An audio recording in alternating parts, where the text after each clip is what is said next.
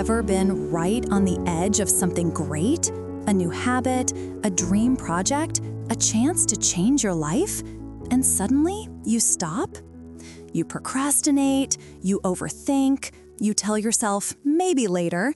You scroll your phone, you doubt yourself, you find a reason to quit, even when you desperately want to succeed.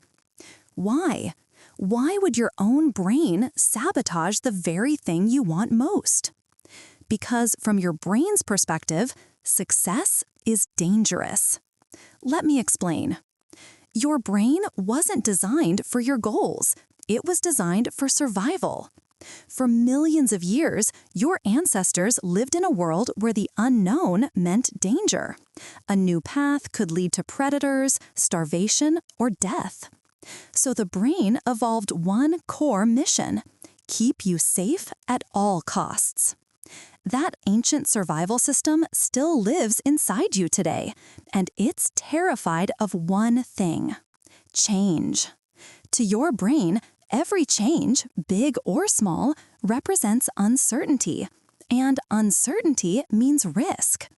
So when you say, "I'm going to start a business, I'm going to get in shape, I'm going to push myself, I'm going to grow," your brain doesn't hear success. It hears danger. And its response? Subtle sabotage. It whispers, "Do it tomorrow. You're not ready. What if you fail? What will people think? Let's just stay comfortable." It's the same brain that tells you to eat junk food when you're stressed because calories meant survival.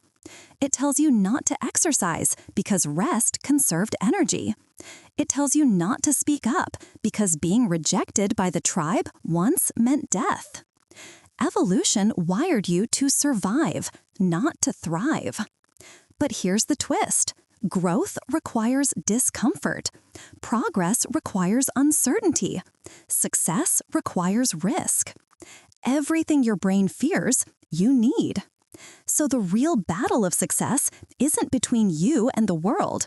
It's between the person you want to be and the brain that wants to keep you exactly where you are. Psychologists call this internal conflict self-sabotage, a set of protective behaviors that once kept us alive, but now keep us stuck. Procrastination, perfectionism, self-doubt, negative self-talk, fear of failure, fear of success, fear of judgment. These aren't character flaws, they are survival instincts wearing modern clothes. Take procrastination. It's not laziness, it's your brain avoiding discomfort. The task feels uncertain or challenging, so your brain says, "Let's delay it, let's escape, let's do something easier." Or perfectionism. It's not about high standards, it's your brain avoiding the pain of imperfection. If it's not perfect, people might criticize me. If they criticize me, I might feel shame. Shame is dangerous, so your brain convinces you to never finish the thing that matters. Or imposter syndrome, that voice inside saying, "You're not good enough, you don't deserve this, you're a fraud." It's your brain trying to prevent exposure to judgment, even if that judgment is imaginary. Your brain would rather you stay comfortably mediocre than risk feeling uncomfortable for even a moment. But here's the secret your brain doesn't know. Growth is not dangerous. Avoiding growth is. Because staying in the same place means staying in the same patterns, same habits, same fears, same life. If you want anything different, you have to teach your brain a new lesson. And that starts with understanding this truth. You don't need to eliminate self-sabotage. You only need to outsmart it. So how do you do that? 1. Start smaller than you think is reasonable. Your brain panics at big goals, but it stays calm with tiny steps. Not, "I will run 5 miles, but I will put on my running shoes."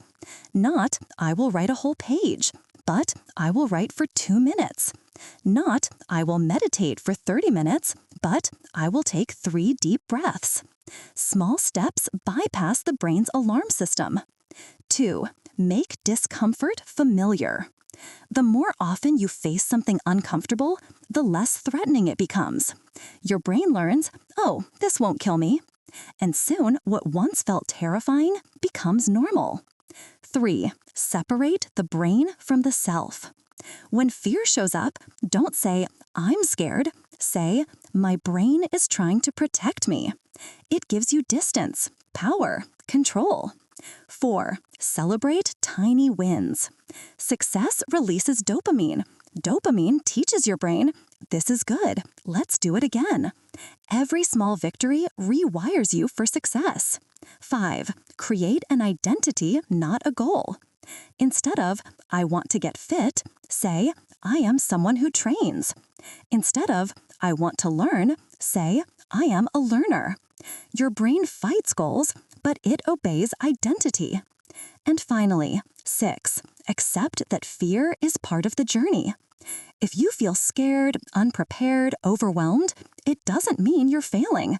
It means you're growing. You're stepping into a future your past self never imagined. Your brain might sabotage you, but only because it doesn't understand how powerful you actually are. You don't overcome self-sabotage by eliminating fear. You overcome it by acting with fear. That's what success really is. Not the absence of doubt, but the decision to move forward anyway. So the next time your brain whispers, you can't do this, smile, because now you know the truth. It's not trying to stop your success, it's trying to protect you. But you don't live in the world your ancestors lived in.